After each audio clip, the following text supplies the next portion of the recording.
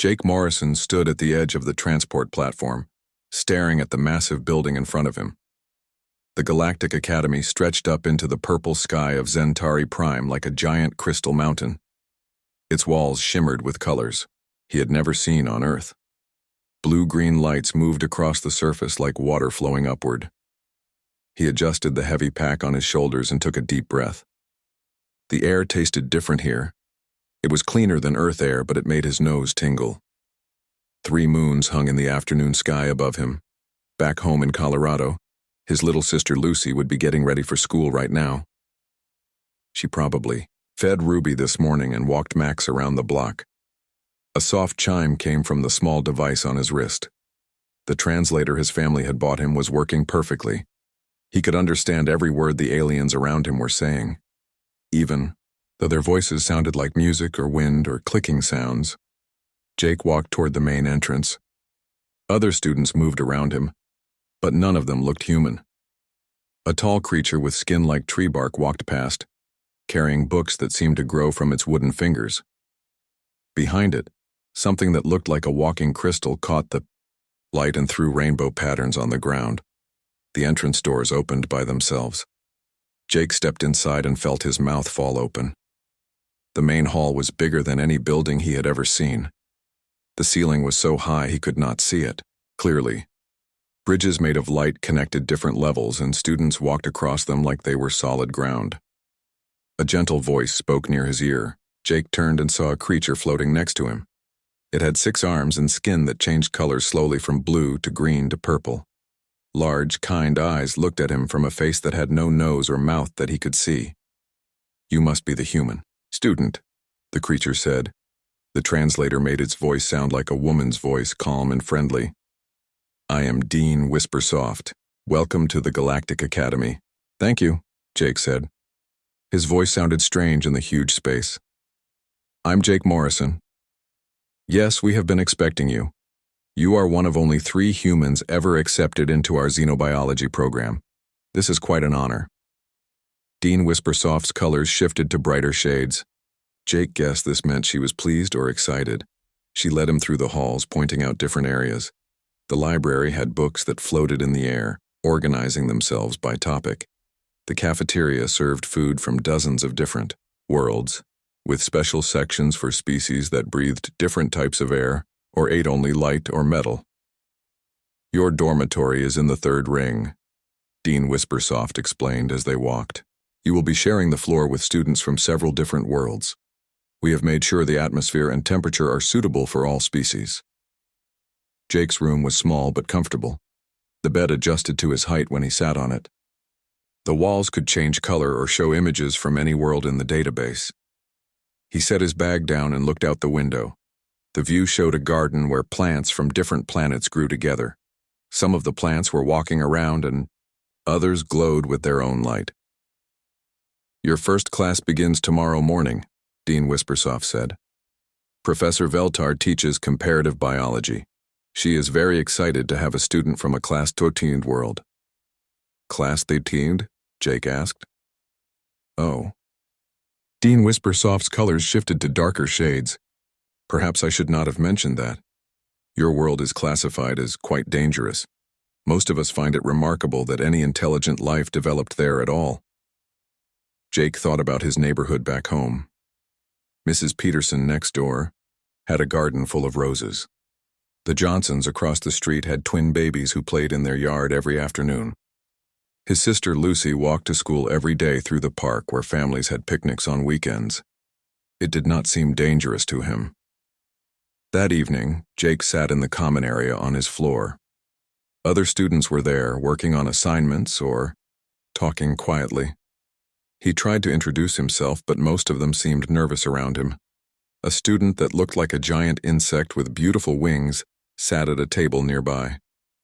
When Jake smiled and waved, the insect student's wings fluttered and it moved to a different table. A plant-like student with flowers for a head was reading near the window. Jake walked over and said hello.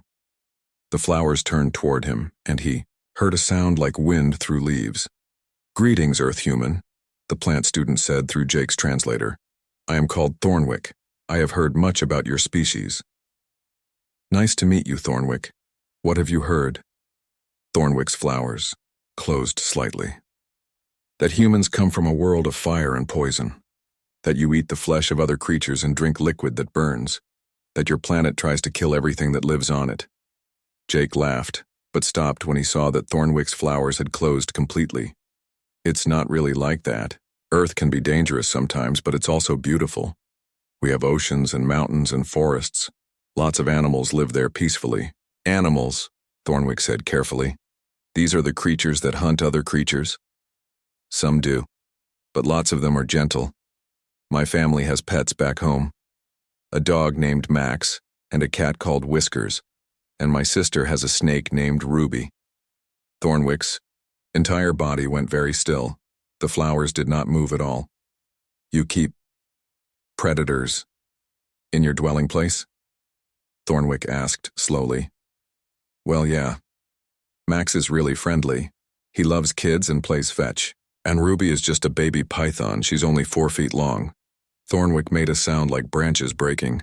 4 feet of serpent in your home with younglings. Other students had stopped their conversations and were listening now. Jake realized he might have said something wrong, but he was not sure what. It's totally normal on Earth, he said. Lots of families have pets. They're part of the family. The common room had become very quiet. Jake looked around at the faces staring at him. Some students had moved farther away. Others looked like they were ready to run. Jake went to bed that night feeling confused and lonely. He missed his family more than ever. He wondered if coming to the Galactic Academy had been a mistake. Tomorrow he would start his first real class, and he hoped things would go better then. 3 weeks had passed since Jake arrived at the Galactic Academy. He was starting to feel more comfortable walking through the halls, though other students still gave him strange looks. His classes were interesting, even if he sometimes felt lost when the professors talked about concepts that did not exist on Earth. Professor Veltar was his favorite teacher. She looked like a giant octopus with purple skin and golden eyes. Her 8 arms moved gracefully as she spoke, and she always seemed excited about the subjects she taught. Her classroom was filled with specimens from different worlds, all floating in special containers that kept them alive. Today, Professor Veltar stood in front of the class with her arms spread wide.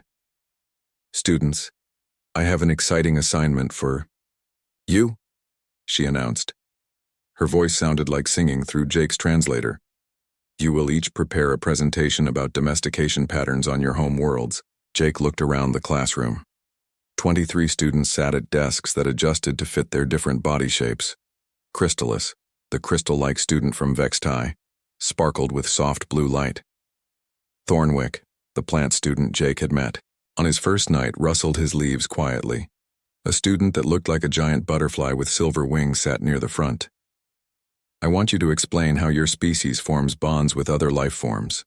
Professor Veltar continued. What creatures live alongside your people? How do these relationships benefit both species? You have 1 week to prepare. After class, Jake walked back to his room thinking about the assignment. It seemed easy enough. He could talk about how humans had domesticated dogs and cats and horses over thousands of years. He thought about Max, his family's golden retriever, and how loyal and loving he was. He could explain how pets became part of human families. The next day, Jake went to the library to research his presentation. The floating books were still strange to him, but he was learning how to call them down from the shelves. He found information about domestication on other worlds and was surprised by what he read. Most alien species had very simple relationships with other creatures. They either avoided them completely, used them for food, or lived in basic partnerships where both species benefited but stayed distant. The idea of keeping other creatures close for companionship seemed to be rare in the galaxy. Jake made notes about Earth's domestication history. Humans had turned wolves into dogs, wild cats into house cats, and dangerous wild animals into farm animals that provided food and materials. It had taken thousands of years, but humans had learned to live peacefully with creatures that had once been their enemies or competitors. The day of presentations arrived. Professor Veltar called students to the front of the class one by one. Jake listened with interest as his classmates shared information about their worlds. Chrystalis went first. She explained how her people, the Vextai, had formed partnerships with creatures called light moths. The moths ate harmful bacteria that could damage Vextai crystal bodies, and in return, the Vextai provided the moths with safe places to lay their eggs. "The moths live near our cities," Chrystalis said in her musical voice. "We do not touch them or keep them in our homes. They are useful, but we maintain proper distance." Thornwick presented next. His flower head turned toward the class as he spoke about mobile fungi that his people cultivated. The fungi helped break down dead plant matter and provided nutrients for young florins. In exchange, the florins protected the fungi from creatures that might eat them. "We grow them in special gardens outside our communities," Thornwick explained. "Sometimes we consume them when they reach maturity. They understand this is part of the cycle of life." A student named Buzzwing, who looked like a large bee with 4 arms, talked about how her people worked with smaller insects to build their hives. The relationship was based on shared labor and mutual protection, but the insects were not considered individuals with names or personalities. Jake noticed a pattern in all the presentations. The alien species formed practical partnerships with other creatures, but they did not seem to form emotional bonds. The relationships were businesslike, based on trading benefits back and forth. Finally, Professor Veltar called Jake's name. He walked to the front of the classroom and activated the holographic display. He had prepared images of Earth animals and humans interacting with them. "Humans have been forming bonds with other species for thousands of years," Jake began. He showed pictures of ancient cave paintings that depicted humans hunting alongside dogs. "We started by working together, but over time these relationships became much deeper." He clicked to the next image, which showed a modern family with their pets. "Today, many humans share their homes with animals we call pets. These animals are not just useful to us, they are part of our families." Jake could see some of his classmates shifting uncomfortably in their seats. He continued with his presentation, not realizing how strange his words sounded to alien ears. "My family has several pets," Jake said with a smile. "We have a dog named Max. He weighs about 70 pounds and has very strong jaws. He could easily crush bones with his bite, but he would never hurt us. He sleeps in my sister's bed every night." Thornwick's flowers closed slightly. Chrystalis dimmed her light. Several other students leaned away from Jake. "Max is a predator by nature," Jake continued. "But he loves our family. He protects our home and plays with children in our neighborhood. Dogs like Max have been bred from wolves, which are dangerous pack hunters in the wild." A student near the back made a sound, like glass breaking. Professor Veltar's tentacles curled and uncurled nervously. Jake clicked to the next slide, which showed a picture of his sister Lucy holding their cat. "We also have a cat named Whiskers. Cats are natural hunters. They have sharp claws and teeth designed for killing small animals. Whiskers brings us dead mice and birds as gifts because she thinks we cannot hunt for ourselves." More students were looking uncomfortable now. The butterfly student's wings were fluttering rapidly. "But our most interesting pet is probably Ruby," Jake said, clicking to a picture of Lucy holding a snake. "She is a ball python. Pythons are constrictors, which means they squeeze their prey until it cannot breathe, then swallow it whole. Ruby is still young, only about 4 feet long, but she will grow to be much bigger." The classroom had become very quiet. Jake looked around and saw expressions of shock and horror on his classmates' faces. "My 8-year-old sister takes care of Ruby," Jake continued, not understanding why everyone looked so scared. "Lucy feeds her mice once a week and handles her regularly. Ruby is very gentle and has never tried to hurt anyone." That was when the silence became complete. Every student in the room was staring at Jake with wide eyes. Some had moved their desks farther away from him. Others looked ready to run from the classroom. Professor Veltar cleared her throat.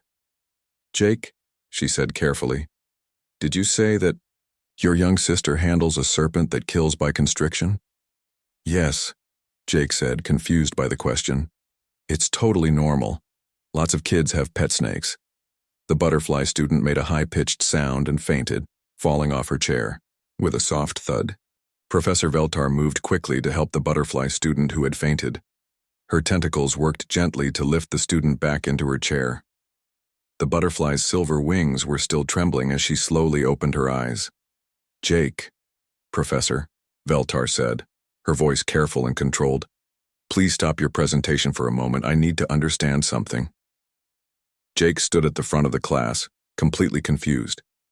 He had been talking about his family's pets, which seemed like a normal topic. But everyone in the room looked terrified.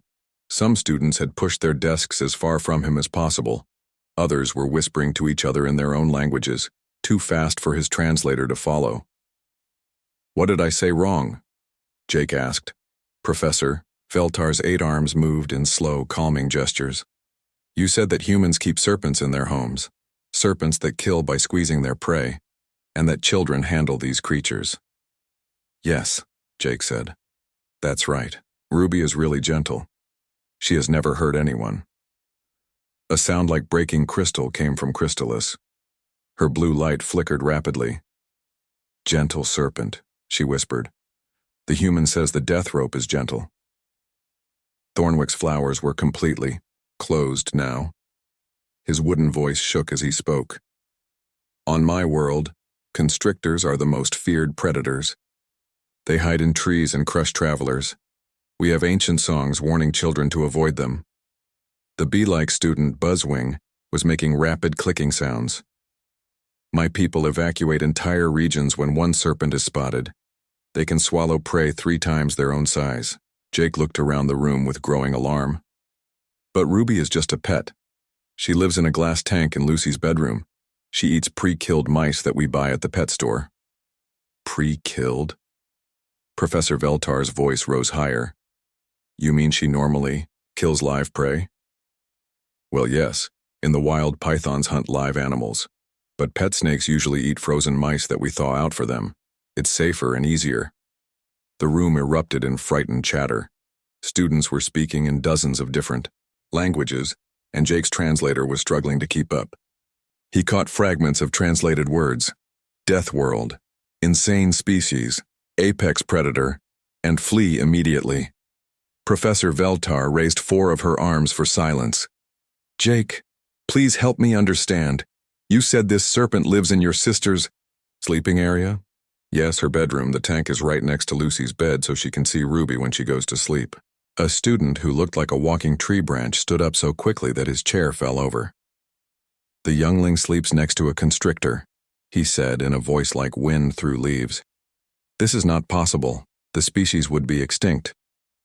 "But we are not extinct," Jake said, starting to feel frustrated. "Millions of humans have pet snakes. My neighbor has 3 ball pythons and a boa constrictor.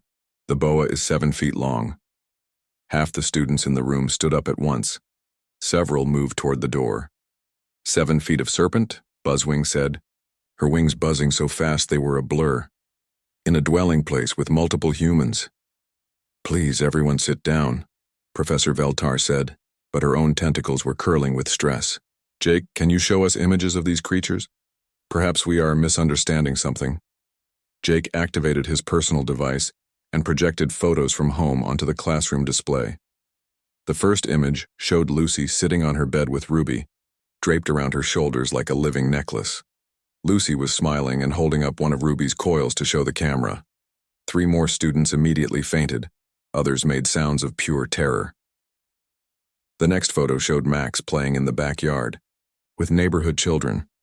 The golden retriever was running with a stick in his mouth, surrounded by laughing kids. "This is the bone crusher?" Crystallis asked in a tiny voice. "Max doesn't crush bones," Jake said. "He's really gentle with kids. He lets babies pull his ears and tail." "But you said his jaws could crush bones," Thornwick whispered. "Well, yes, if he wanted to. Dogs have strong jaws, but Max would never hurt a child. Dogs have been bred to be gentle and loyal."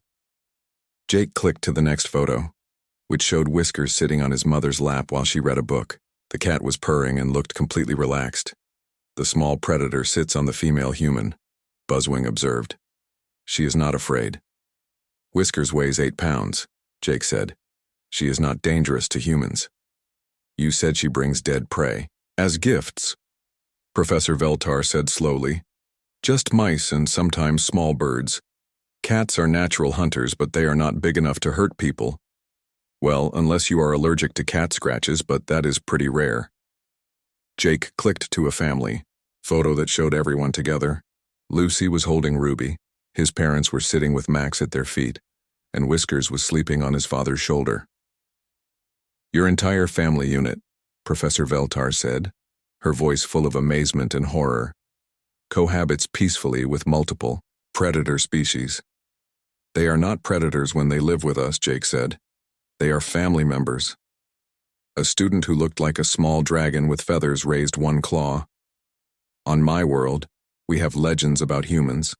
We thought they were myths. Stories said that humans could tame the untamable and make friends with death itself. We just make friends with animals, Jake said. It is not that special. Not special, Crystallis repeated faintly. The death world human says befriending constrictors is not special. The classroom door opened and Dean Whispersoft floated in. Her colors were flashing rapidly between red and orange, which Jake had learned meant urgent concern. Professor Veltar, the dean said, we are receiving emergency communications from several student families. They are demanding to know why their children are in class with an unrestrained human from a class Twithian world. Professor Veltar's tentacles drooped. The students may have overreacted when they contacted their families about Jake's presentation. What exactly did you tell your families? Dean Whispersoft asked the class. Buzzwing spoke up first. I told them that the human keeps death serpents as companions and allows younglings to handle them.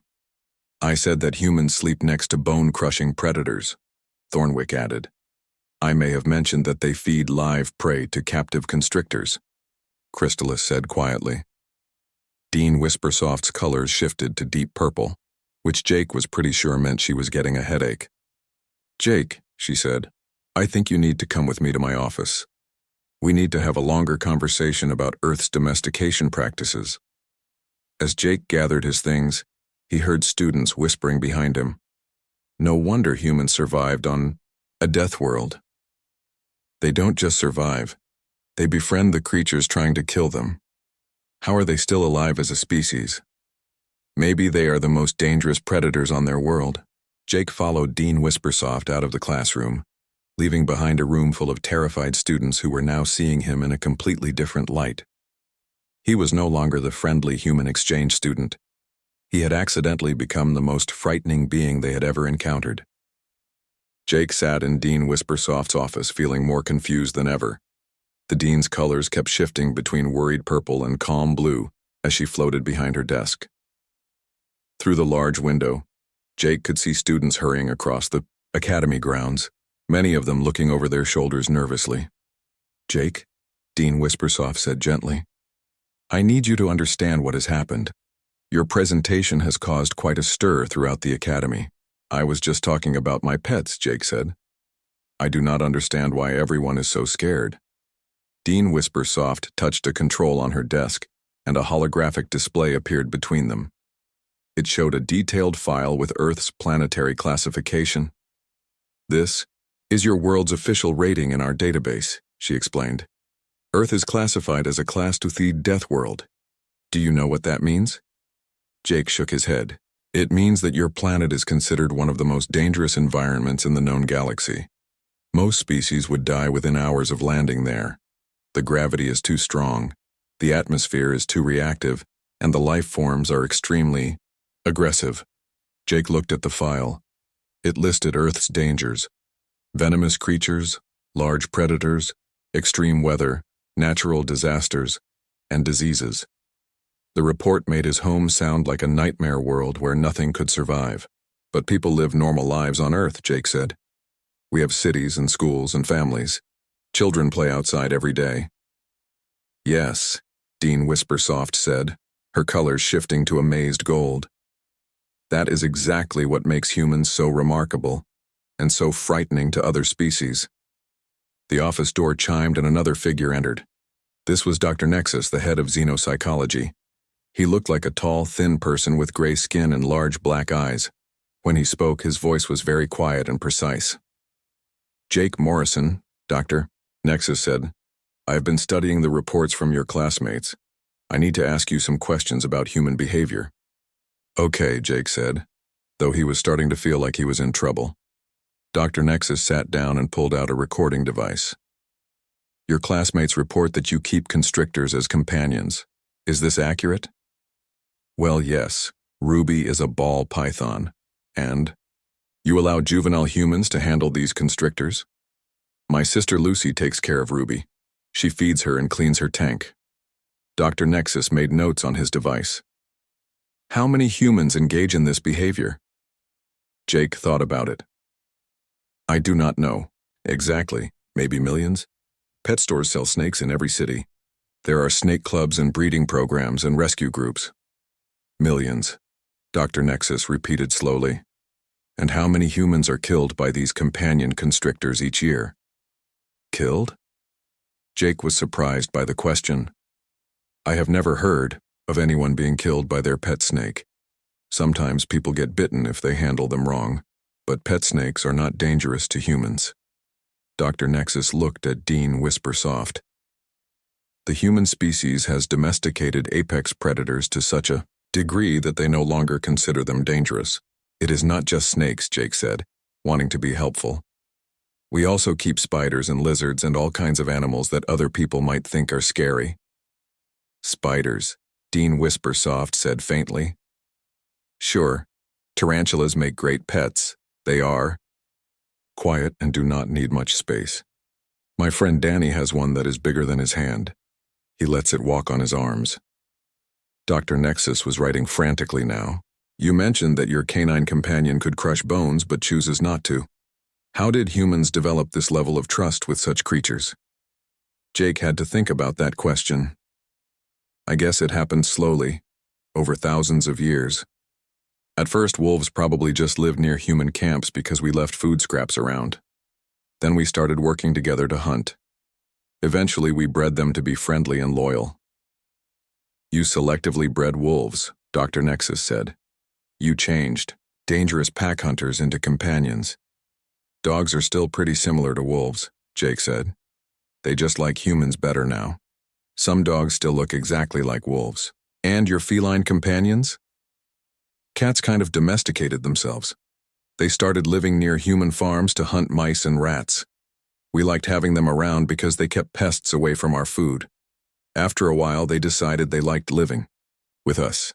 Dr. Nexus looked up from his notes. So humans did not conquer these predators through force? No. We made friends with them. We gave them food and shelter, and they gave us protection and companionship. It worked out well for everyone. Remarkable, Dr. Nexus said. Most species in the galaxy survive through dominance or submission. Predators eat prey or prey animals hide from predators. But humans created a third option. What do you mean? Jake asked. Partnership, Dean Whispersoft said, her colors shifting to bright, excited yellow. Humans found a way to turn enemies into allies. Dr. Nexus stood up and began pacing around the office. This explains so much about human psychology. Your species survived on a death world not by becoming the strongest predators, but by convincing other predators to join your pack. I never thought about it that way, Jake said. Of course not, Dr. Nexus said. To you, this behavior is completely normal, but to every other species in the galaxy, what humans do is impossible. Dean Whispersoft activated her communication system. Dr. Nexus, I think we need to call an emergency assembly. The other students and faculty need to understand what we have learned. Agreed, Dr. Nexus said. Jake, would you be willing to give another presentation? But this time we will prepare the audience properly. I guess so, Jake said. But what should I talk about?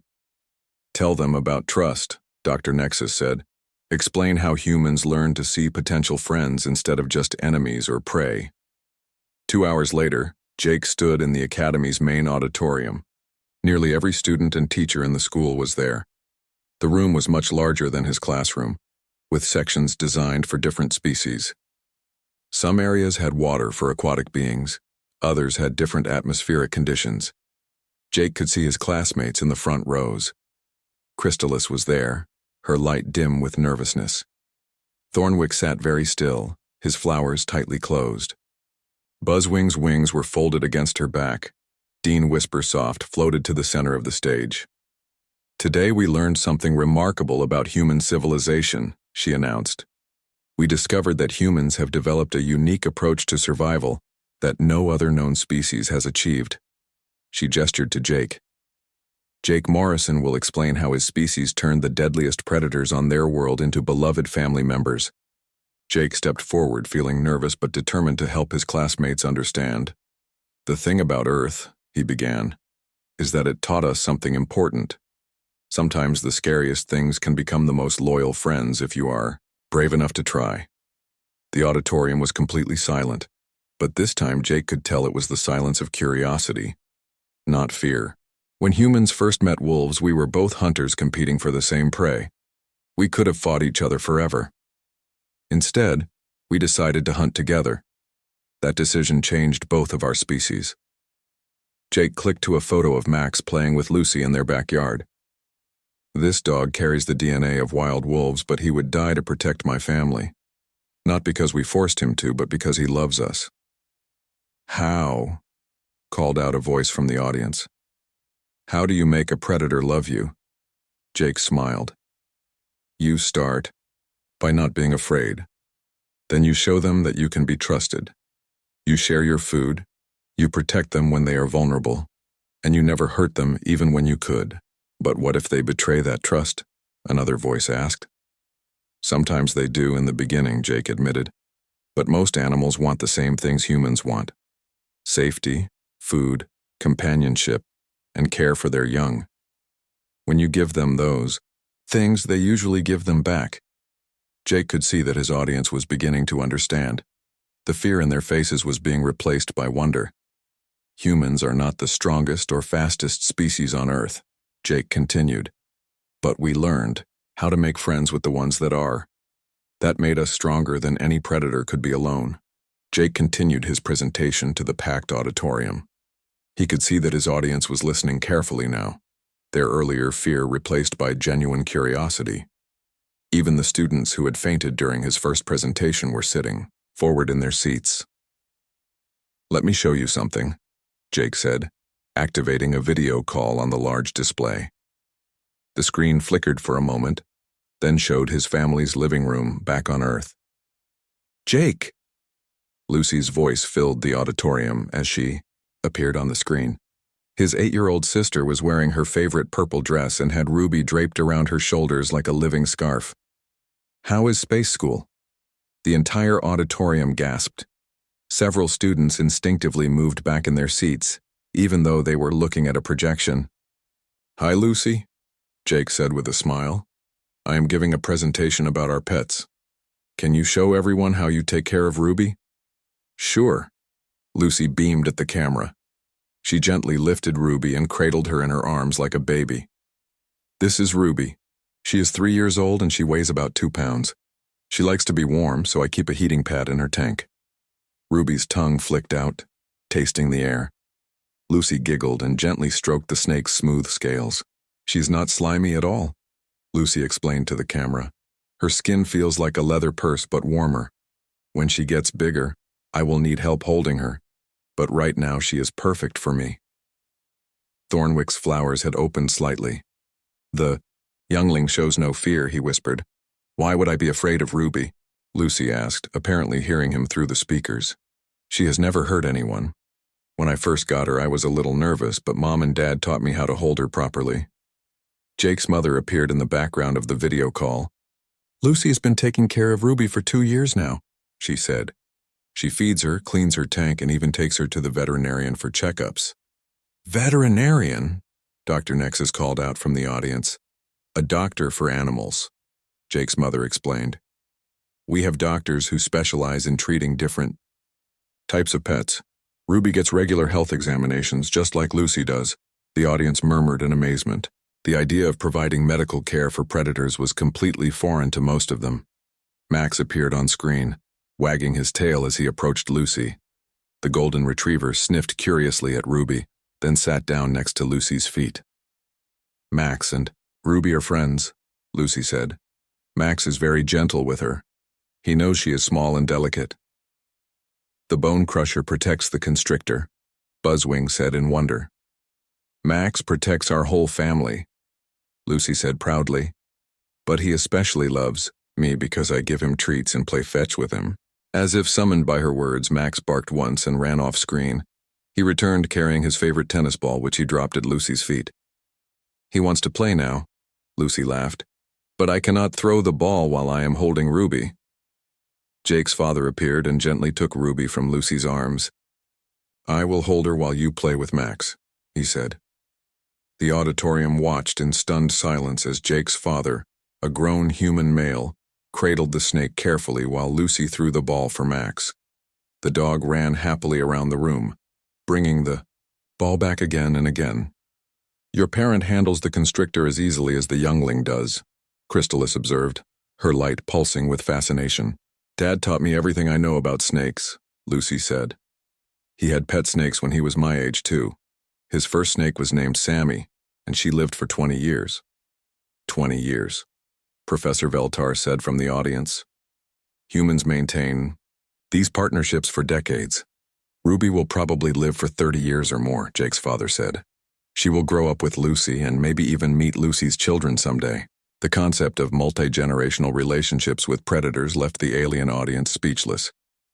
Whiskers jumped onto Jake's father's lap, purring loudly.